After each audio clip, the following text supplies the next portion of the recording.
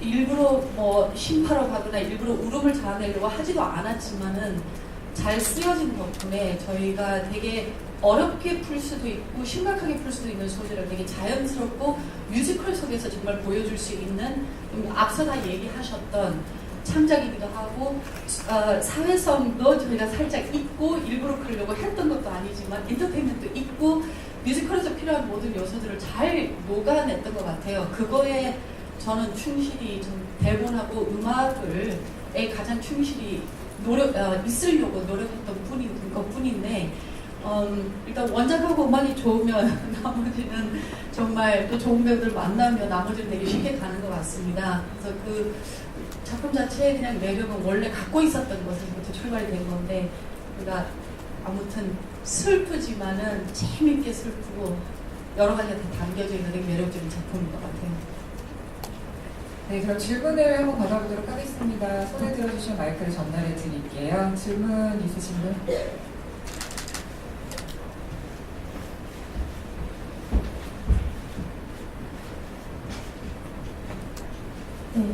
저는 MBS 스타 박민나 기자이고요. 저는 좀 박할리 선생님께 좀 드리고 싶은 게, 사실 이게 좀 창작진에게 드리고 싶은 질문이기도 한데, 사실 입양이라는 소재가 뮤지컬에서 쉽게 사용되는 소재는 아니에요. 굉장히 낯설고 어색한 소재인데, 좀 이 같은 이야기를 꼭 그러니까 뮤지컬로 풀어낸 이유가 좀 듣고 싶고, 박할리 선생님이 이제 전체적으로 이제 이 연출을 맡았는데 이 작품을 통해서 관객에게 궁극적으로 말하고 싶은 게 무엇인지에 대해서 좀 듣고 싶고요. 두 번째로 좀 최재림 배우에게 좀 드리고 싶은 질문이, 굉장히 입양아 연기를 하시고 있잖아요. 그래서 사실 굉장히 좀 쉽지 않은 부분이 있을 것 같아요. 이 연기를 하면서 가장 어려운 부분이 무엇인지, 뭐 영어도 나오고 감정적으로도 뭐 고조가 될 수 있을 것 같은데, 그 중에서 가장 어려운 건 무엇인지, 네, 이에 대해서 말씀해 주시면 감사하겠습니다. 머리가 나빠서 질문 두 개 넘어가면 앞에 질문을 까먹어요. 입양을 소재로 한 거를 왜 선택?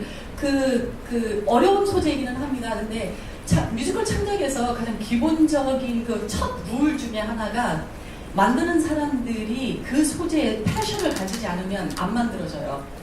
그게 우리 뮤지컬 만드는 기법 중에 하나라고 거의 할 수가 있는데, 이론에서. 근데 이 작가랑 작곡가 두 명한테 각자 입양인 친구가 있었어요.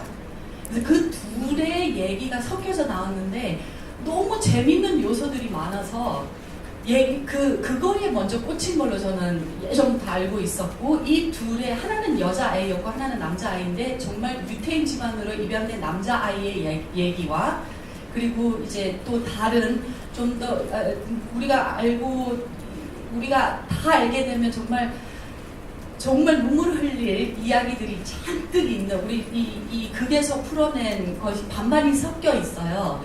그래서 실 소재에서 끌어내서 소설을 만든 건데, 그 캐릭터들을 아마 보면서 뭔가 꽂혔던 것 같아요. 그거는 그 인스피레이션은 어디에서 나왔는지는 아무도 알 수가 없는데, 둘이 합이 맞아서 이거를 해보자 했는데, 정말 뮤지컬을 풀기는 어렵지만 너무 잘 푼 게 진짜 요번의 매력이에요. 그렇게 어려운 소재를 그리고 두 번째 질문, 관객에게 말하고 싶어요. 저는 그 질문을 받을 때마다 같은 얘기를 꼭 하게 되는 것 같은데, 저희는 대본하고 음악과 스텝들과 이 기술과 기법들과 이거를 열심히 준비를 하는 수밖에 없어요. 관객이 느끼는 거는 정말 그들의 몫입니다. 그들이 왕이고, 관객한테 주입이라고 하나요? 주입식으로 뭘 메시지를 주고 싶은 생각은 절대 없고요. 저희는 이 대본에 갖고 있는 이 이야기들을 정말 진실되게 풀어내는 게 저희 숙제이고, 그렇지만은 제각기 관객들이 이 작품을 봤을 때 어떤 사람들은 정말 재밌었다, 아니면 이 소재를 어떻게 이렇게 그냥 자연스럽게 쉽게 풀었지, 심파가 아니고, 누구는 음악이 좋았다, 그 무엇이든 간에 좋은 퀄리티를 느끼고 갔으면 합니다. 그거 하나는 바람이 있어요. 그렇지만은 메시지를 주입시키고 싶은 생각은 없었습니다. 네. 제 질문이 먼저 기억하겠습니다. 사실 입양아라는 인물을 연기를 하면서 또 이 이야기에 실제 이제 주인공이 여자 아이를 저도 알고 있어요. 저도 그 친구와 같이 이제 지냈었는데 실존 인물의 얘기를 무대 위에서 어떤 한 배우가 자신의 이야기인 것처럼 입어서 한다는 것 자체가 일단 굉장히 큰 도전이었고, 그리고 그냥 평범한 우리가 실생활에서 만나기에는 굉장히 쉽지 않은 삶을 사는 인물이었기 때문에 그 조시 코엔이라든지 극중 인물이 가지고 있는 가장 큰 결여가 뭘까? 오늘 아침에 이제 강효석 배우님하고도 이런저런 얘기를 했었는데, 조씨만이 가지고 있는 결여성이 분명히 있을 것이다. 그것으로 인해서 조씨의 성격이 형성됐을 것이고, 그 성격으로 인해서 뭐 흔히 저희가 느낄 수 있는 뭐 분노라든지 슬픔이라든지 뭐 행복이라든지 이러한 감정들이 다르게 표현될 것이고 다르게 다가갈 것이다. 그 부분을 우리가 굉장히 항상 세심하게 집중하면서 풀어봐야 되지 않겠냐라는 얘기를 오늘 아침에 했어요. 그래서 제일 힘든 건 사실 이 수많은 여정을 이 극에서 조씨가 경험을 하면서 굉장히 화가 나는 순간도 있고 답답한 순간도 있고 이 모든 문제를 다 잊고 굉장히 행복한 순간도 있고, 그런데 실질적으로 엄마와 만났을 때, 그리고 그 만남이 자신이 원했던 방향이 아니었을 때 과연 어떤 감정이, 어떤 마음이었을까, 어떤 생각을 할까가 사실 지금도 제일 큰 숙제예요. 물론 어제는 이 첫 공 버프라고 해야 되나요? 네. 오픈 날 그 힘을 받아서 좀 그게 스무스하게 흘러갔는데, 매번 무대 위에서 정말 진실되게 이 인물의 마음을 헤아리는 게 가장 큰 어려움으로 지금 해결해 나가고 있습니다. 네, 질문을 2개만 더 받아보도록 하겠습니다. 혹시 질문 있으세요?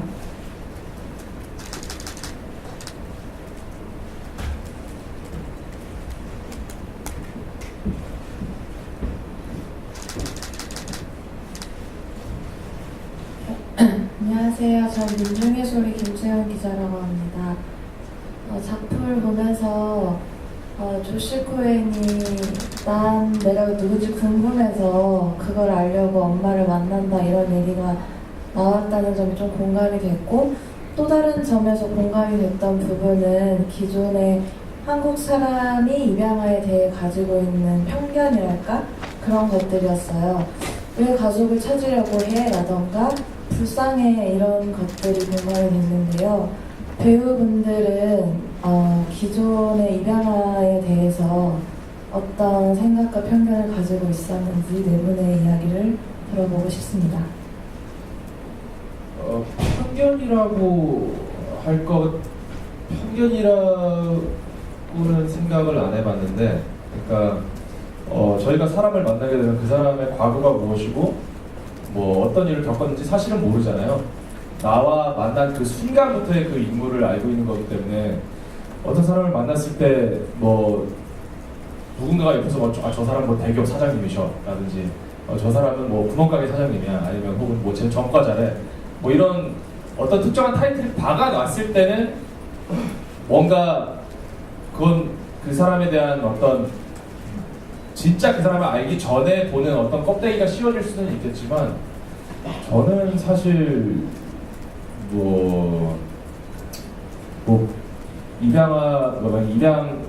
그 친구를 만났을 때 뭐 입양됐다더라 얘기를 들었을 때는 사실 그럼 입양하구나 라는 생각이 들었어요. 뭐 거기에서 따라서 입양됐으니까 뭐 되게 뭐 불행하게 컸을까, 뭐 어떻게 컸을까, 뭐 쟤는 뭐 저렇게 보이네 이렇게 보이네 이런 생각보다는 그냥 저 친구는 입양하구나 라는 생각이 들었고, 그 뒤에 같이 시간을 보내면서 입양아인데 굉장히 밝은 애구나 라는 것은 듣지 않았었어요. 그러니까 뭐 저 친구는 되게 밝은 친구구나, 저 친구는 되게 뭘 좋아하는구나 였지 뭐뭐이기 때문에, 누구이기 때문에라는 타이틀은 없었던 것 같아요. 네, 윤석 선배님.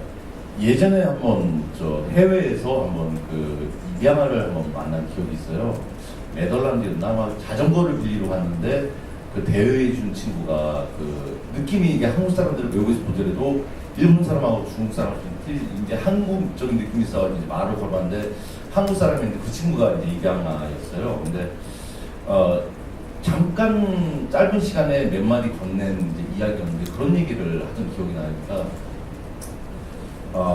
결혼 때 서로 모르는 남녀가 이렇게 만나듯이 그렇게 해서 가족이 형성이 되듯이 자기도 어떤 사람한테 선택이 받아져서 그래서 이제 부모님을 이제 만나게 된 건데 나이가 들면서 내 뿌리에 대한 그런 부분들이 조금씩 생기고는 있다라고는 하더라고요. 근데 무엇보다 중요한 거는 자기가 지금 처해 있는 이 삶이 너무 행복하대요. 그러니까는 어떡하지 불쌍한데 라는 어떤 느낌보다도 당사자가 행복해하고 있고 어느 누구든지 조금 부족함이 있다고 생각을 해요.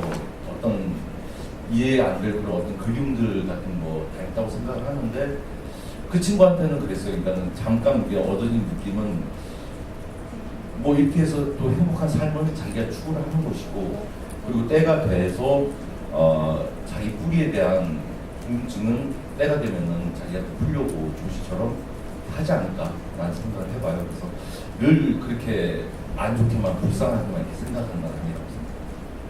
네, 상현 씨. 다른 편견이 없으셨군요. 저 혼자, 그러니까 저도 마냥 그냥 입양아라고 하면 그냥 어렸을 적 봤던 수잔 블링크의 아이나 뭐 이런 정도의 영화만 떠올렸었는데요. 연식이 오래됐잖아요. 그 정도였는데 우리 조씨랑 계속 작업을 하게 되면서 재림 배우가 이 겪어내는 어떤 이 고통들을 보면서 입양아들이 이런 생각들을 하고 이렇게 아파겠구나라는 걸 좀 간접적이지만 전 옆에서 보기만 하니까 그 고통이 어떤지 그리고 그 궁금함이 어떤지를 좀 피부로 많이 느껴봤던 것 같아요. 그걸 보여주려고 하는 작품이에요. 네, 그렇습니다. 네. 저 또한 입양아는 무조건 불쌍하게 보는 그런 편견이 조금은 있었다는 걸 이번에 느꼈어요. 그리고 이제 저희들이 정말 남의 인생을 쉽게 단정짓는 나쁜 습관이 있다는 걸 또한 저한테서도 발견했어요. 입양아뿐 아니라 우리 여기 대사에 나오죠. 너는 그래도 잘 살았지 않냐? 좋은 그 부자 나라 가서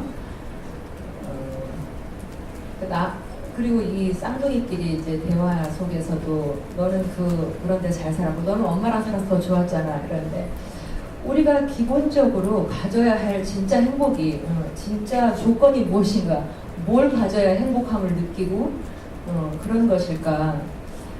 각자 우리는 뭐 입양되지 않았어도 서로 우리가 어디에서 왔는지 나는 누구인가 가끔 고민하는데 갖고 있는 그 아픔들이 과연 진정 우리가 진짜로 느껴야 되는 아픔인지 아니면 아프지 않아도 될 거 가지고 아픈 척 하고 사는 건지 이런 생각도 공연하면서 또 연습하면서 많이 느꼈습니다. 네, 아주 공감 가는 말씀 해주셨습니다. 네, 마지막 질문 하나만 더 받아보고 이 시간 마칠게요.